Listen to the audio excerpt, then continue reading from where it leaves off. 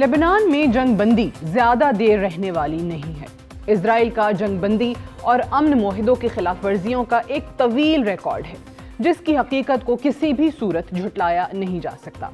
रवां हफ्ते मंगल की रात इजराइल ने लेबनान में जंग बंदी पर रजामंदी का इजहार किया, जिसका इतलाक बुध के रोज सुबह 4 बजे हुआ था। 14 माह से इजराइल और हिजबुल्लाह के दरमियान कशीदगी जारी थी, जिसमें हजारों लेबनानी और कई दर्जन इजरायली अपनी जानें गंवा चुके हैं। लेबनान और इजराइल के मुआहदे के तहत इजराइल लेबनान से मुकम्मल तौर पर अपनी फौजों को निकालेगा और हिजबुल्लाह सरहदी इलाकों से पीछे हट जाएगा। जंगबंदी के मुआहदे से कबल इजरायली अफवाज की तरफ से लेबनान पर जुनूनी और इंतहाई खौफनाक बमबारी देखने में आई, क्योंकि जब भी इजराइल पर जंगबंदी के लिए दबाव बढ़ता है तो मुआहदे से कबल इजरायली अफवाज कत्ल व गारत का एक नया बाजार गर्म करती हैं। इजराइल ने लेबनान के मुख्तलिफ हिस्सों बशमूल दारुल हुकूमत बैरूत में पूरा दिन बमबारी जारी रखी और इजरायली बमबारी का निशाना सिर्फ और सिर्फ लेबनान के रिहायशी इलाके थे और लेबनानी शहरी अपनी जानें बचाने के लिए इधर उधर दौड़ते रहे। इजराइल की कोशिश थी कि जितनी जल्दी लेबनानी शहरी इलाकों पर असलहा फेंका जा सकता है फेंका जाए। माजी में 2006 में लेबनान इजराइल जंग 34 रोज तक चली थी। इस जंग में 1200 से ज्यादा लेबनानी शहरी शहीद हुए थे। जंगबंदी से कबल इजरायली अफवाज ने जनूबी लेबनान में लाखों की तादाद में क्लस्टर बम गिराए, ताकि लेबनान को एक तवील अरसा तबाहशुदा इंफ्रास्ट्रक्चर को रिहाइश के काबिल बनाने पर लगे। क्लस्टर बमों का बहुत बड़ा हिस्सा ऐसा भी था जो ना फट सका और आने वाले सालों में बारूदी सुरंगों का भी काम करता रहा और लेबनान में इजरायली दहशतगर्दी जारी रही। दरहकीकत इजरायली मुआहदे या डील को किसी भी सूरत मुस्तकबिल के अमन का जामिन नहीं कहा जा सकता, क्योंकि जब भी माजी में इजराइल ने डील हासिल की वो पहले की निस्बत बेहतर अंदाज में तैयार होकर आता रहा है।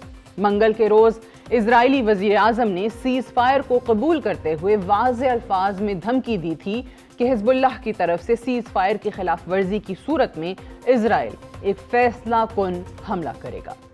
इजराइल और नेतन्याहू के माजी के ट्रैक रिकॉर्ड को देखा जाए तो हमेशा इजराइल खुद जंगबंदी की खिलाफ वर्जी करता रहा है और इस खिलाफ वर्जी का इल्जाम मुखालिफ फरीक पर आयद करते हुए बड़े पैमाने पर खूरेजी का जवाब पेश करता है।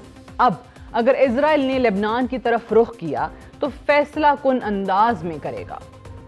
मौजूदा मुआहदे को अक़वाम मुत्तहिदा की सिक्योरिटी काउंसिल रेजोल्यूशन 1701 के तहत नाफिजुल अमल में लाया गया है।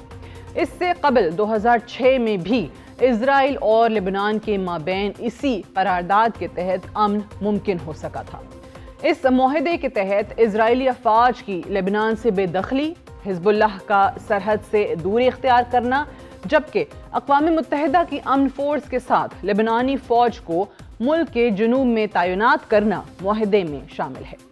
मुआहदे पर अमल दरामद होने के बाद बैरूत और जुनूबी लेबनान में शहरियों की वापसी का सिलसिला शुरू हो चुका है।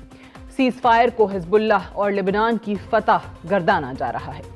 दरहकीकत किसी भी सूरत इजराइल और लेबनान के दरमियान सीज फायर को हिजबुल्लाह की फतह नहीं कहा जा सकता।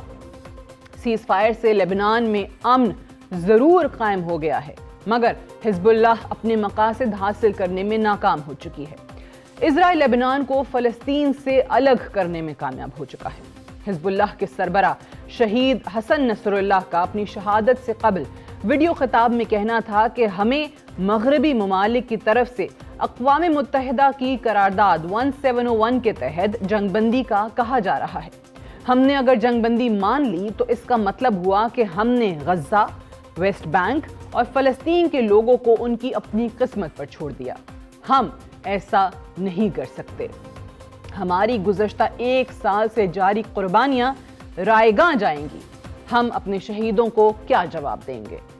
जंगबंदी इजराइल की एक नाकामी जरूर गर्दानी जा सकती है, मगर हकीकत में फ़लस्तीनी अवाम को एक बार फिर बेसहारा छोड़ दिया गया है।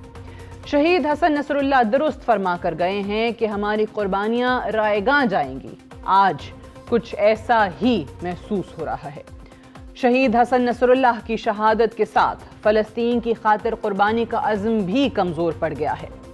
افسوس سے کہنا پڑتا ہے کہ لبنان اور اسرائیل کے مابین جنگ بندی تو ہو گئی، مگر غزہ اور فلسطین میں آج بھی اسرائیل کی طرف سے نسل کشی جاری ہے۔